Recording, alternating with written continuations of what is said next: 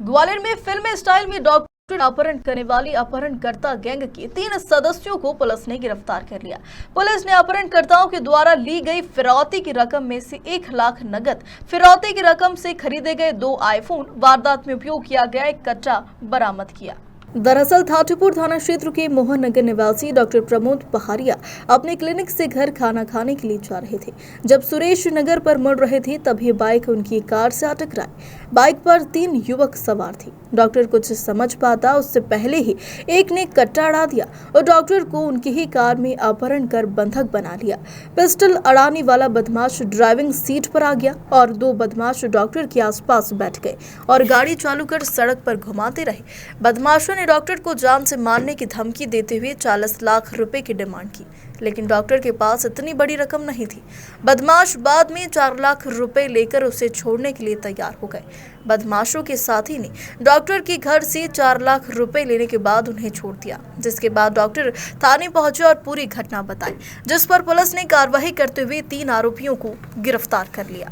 पूरी घटना हुई थी और क्या कार्रवाई पुलिस ने की है? 20 जुलाई को एक हमारे शहर के चीफ परिचित डॉक्टर हैं प्रमोद पहाड़िया जी, इन्होंने शाम रात में बताया था कि इनको दोपहर में 3 बजे के आसपास कुछ बदमाश जो है मोटरसाइकिल का एक्सीडेंट के बहाने उनको रोका था और उसके बाद गाड़ी में बैठ के उनको ले गए थे और फिर इनसे पैसों की मांग की थी।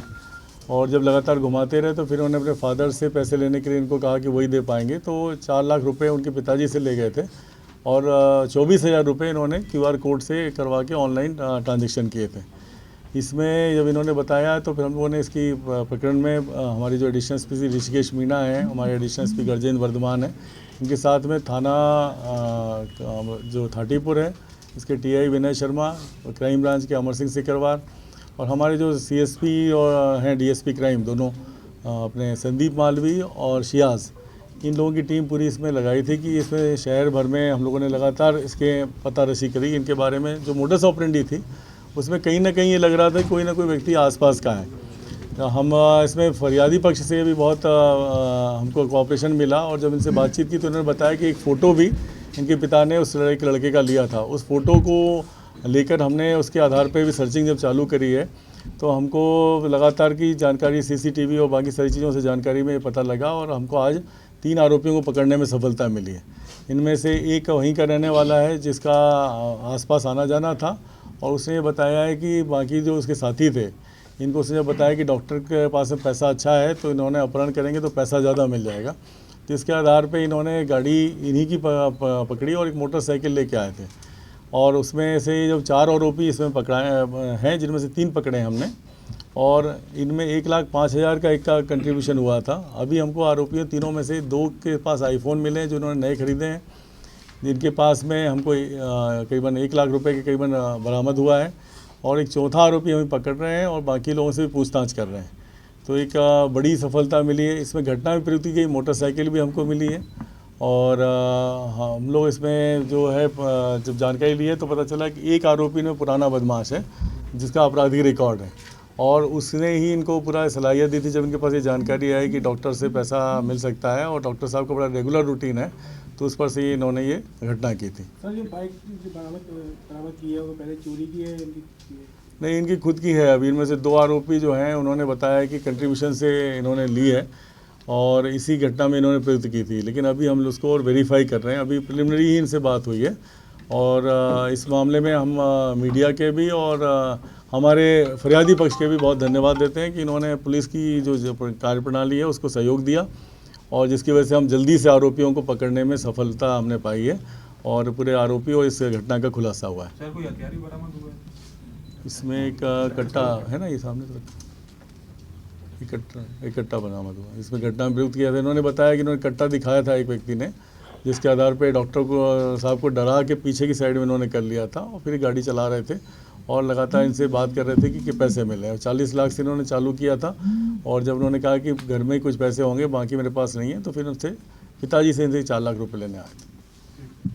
किस तरीके से पूरी घटना हुई थी? क्या घटना, जैसे मैं हॉस्पिटल से मेरा रेगुलर रूटीन था तो दोपहर में यहीं पे पापा के यहीं पे मतलब स्टेशन नगर में जो घर है वहीं पे खाना खाता था मैं रोज़ सब दोपहर में।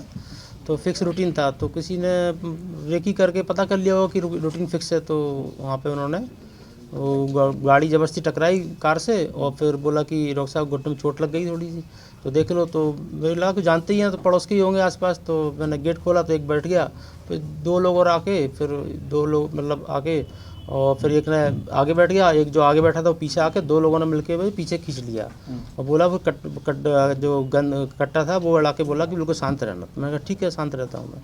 तो फिर वो हाईवे पर ले गए मेरे को, फिर बोले कि आपको 40 लाख रुपए की अर्जेंट में व्यवस्था करनी है।